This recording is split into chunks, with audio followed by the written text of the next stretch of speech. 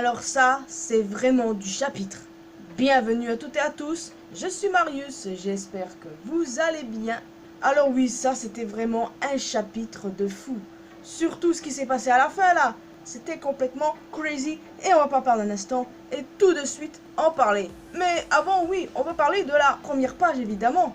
Il s'agit d'une jolie page en couleur où on retrouve Nami et Usopp en train de jouer à Super Smash Bros. Les persos du jeu en fait ce sont les autres Mugiwara qui sont sapés comme les personnages de Smash. On a Luffy en Ken, Zoro en Link, Sanji en Inkling, je sais pas si je le prononce bien, mais c'est un personnage de Splatoon il me semble, Franky et Donkey Kong, Jinbe Mario, Brook apparemment c'est Metal Knight, quelque chose comme cela, Chopper on dirait qu'il sort de Splatoon aussi, je sais pas si c'est le cas, et quant à Robin je sais pas quel personnage elle est, mais elle est juste en démon super sexy, voilà. En tout cas, la page là est super jolie et puis j'aime beaucoup Smash. Bon, j'y joue pas souvent parce que sinon j'aurais repéré qui est qui comme personnage. Hein. Mais voilà, j'aime beaucoup ce jeu. Voir les Mugiwara en chaque de ces personnages, ça me fait quand même marrer, je dois vous admettre.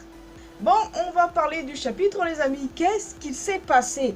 Alors déjà, dès l'ouverture, on a le CP0 qui sont contactés par Rob Lucci lui-même. Et nous avons appris plusieurs choses importantes. Déjà, premièrement, ils vont laisser les pirates s'entretuer. Bon, ça on s'en doutait, c'est ce qu'ils avaient dit il y a quelques temps de cela aussi. Mais ça signifie qu'ils n'interviendront pas avant la défaite d'un des deux groupes. C'est assez évident.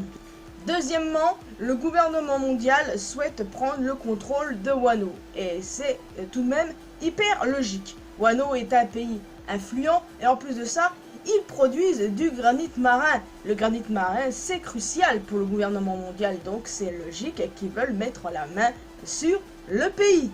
Troisièmement, on apprend qu'il y a des navires en route pour Wano. Bon, déjà, il paraît clair qu'il n'y a pas d'amiral, sinon ça aurait été dit. Et à première vue, j'ai pas l'impression que ce sont des navires de la marine. On dirait plutôt des navires du Cyberpol, vous voyez? En tout cas, moi, c'est ce que je pense. Et enfin, point final, le gouvernement mondial veut capturer Robin. C'est grave dangereux pour elle, mais elle ne se fera pas capturer, sinon ce serait redondant. Et puis, je pense que personne, je dis bien personne, à Wano ne les laisserait faire. Mais du coup, si les habitants de Wano se rebellent, est-ce qu'ils ne vont pas être considérés comme des ennemis du gouvernement, étant donné qu'ils protègent des pirates? Ça serait dangereux pour le pays, il faudrait quelqu'un pour le protéger. Bon, ok, je m'égare peut-être, mais imaginons 2 secondes, c'est très probable que ça arrive. En tout cas, Lucci, toujours là, c'est dingue, lui, en fait, il me rappelle un ex, mais qui ne renonce jamais, quoi. Ça me fait tellement marrer, mais voilà, il se comporte comme un ex qui n'abandonne pas encore et encore, qui pense qu'il va réussir son coup. Ça me fait quand même bien marrer, tout ça. Enfin, nous sommes ensuite passés à Momonosuke et Yamato. On voit que Momonosuke galère à faire ses propres nuages. Bon, ce qui est normal, il finira bien par y arriver. Mais il faut se dépêcher. Yamato, de son côté, va aller détruire les explosifs. Est-ce qu'elle va y arriver? Je n'en sais rien. Seul l'avenir nous le dira. Mais dans tous les cas, je continue à penser qu'Onigashima doit exploser. Donc, à voir ce qui va se passer de toute manière. Donc peut-être que les explosifs seront mis sur Nigashima qui explosera. Je ne sais pas. Là encore, je m'égare, je ne fais que des spéculations. Enfin bref. D'ailleurs, j'adore la forme animale de Yamato, je la trouve magnifique. Bon, c'est vrai, il y en a certains qui disent que c'est plutôt une version femelle d'Onimaru, ce qui en soit pas totalement faux. Mais Osef, moi, j'adore. Elle est trop belle. Ouais. Je suis pas objective en sachant que je suis amoureuse du personnage. Il est déjà temps de passer à la dernière partie du chapitre, la plus intéressante, Sanji contre Queen. Queen veut que Sanji utilise sa Race-Suite, et ensuite quand tu regardes ce que Queen fabrique avec son coup de dinosaure, t'as envie d'éclater de rire. C'est totalement du One Piece, c'est loufoque mais c'est totalement du One Piece tout craché ça. Ça me fait marrer sur le coup. Et là on a assisté à l'éveil, si je peux dire ça comme ça, de Sanji. Sanji encaisse l'attaque de Queen sans problème, et en plus il encaisse aussi son sabre qui se brise sur son corps. Alors il se pensait humain et maintenant il n'a qu'une seule peur, devenir comme sa fratrie, perdre ses émotions comme ses frères. Quand j'y pense, Sanji n'a jamais été réellement un humain. Je veux dire, quel humain peut produire des flammes de cette façon et qui plus est sans se brûler? Sanji a toujours été spécial. De toute façon, il ne perdra pas ses émotions, c'est évident. Il restera humain. Bon, pas au sens physique, évidemment, mais il restera humain niveau émotion. Il ne les perdra pas comme ça d'un claquement de doigts. Non, ça de toute manière, c'est pas possible.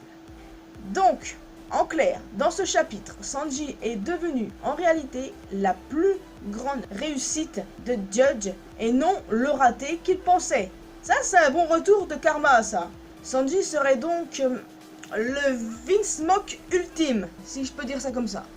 Et puis peut-être qu'au fur et à mesure, Sanji finira par accepter ses gènes de monstre, parce que c'est comme ça qu'il voit sa famille, comme l'ont fait Chopper et récemment Robin avec sa forme démoniaque qui assume son rôle de démon. Après tout, il se servirait de cet atout de monstre pour protéger, pour faire de Luffy le roi des pirates. C'est également l'état d'esprit de Chopper et Robin, donc clairement ça peut marcher. Ouais, c'est ce que je m'ose à penser, les amis. J'ai adoré ce chapitre. Sanji va devenir beaucoup plus puissant. Je suis vraiment trop contente. Et ça me fait marrer parce qu'en fait, je suis en train de penser aux abrutis qui disaient que Jinbei allait lui faire de l'ombre. On les entend moins, ces mecs-là. Là, clairement, les Mugiwara vont avoir leur propre power-up. Et puis Sanji, du coup, qui est quand même sous-estimé. Parce que les débats Zoro-Sanji sur les forums, ça y va, hein. Mais là, je crois qu'on n'entend plus personne. Ah, les gens qui retournent leur veste, ça m'a toujours fait marrer, ça, tiens. Enfin bref, dans tous les cas, pas de chapitre la semaine prochaine. Enfin, on est déjà la semaine prochaine. Donc, pas de chapitre dimanche. Et encore moins d'épisodes. Je suis en PLS. D'ailleurs, en parlant d'épisodes, je vais faire une toute petite aparté. Toei Animation, qu'avez-vous fait avec les boobs de Yamato? Le personnage féminin le moins sexualisé de One Piece jusqu'à présent, vous l'a bafoué. C'est quoi cette affaire-là? Enfin bref, n'hésitez pas à me donner votre avis sur ce chapitre et je vous retrouve pour le chapitre 1029 si tout va bien jusque-là. Je vous retrouve logiquement vendredi, encore une fois, si tout va bien. Donc en attendant, vous pouvez me suivre sur mes réseaux sociaux, Facebook, Twitter, Instagram. N'hésitez pas à rejoindre la communauté mariusienne sur Discord. Et voilà, c'est ça qui est ça. Donc je vous retrouve, si tout va bien, vendredi. Et jusque là, portez-vous bien. Allez, à la prochaine!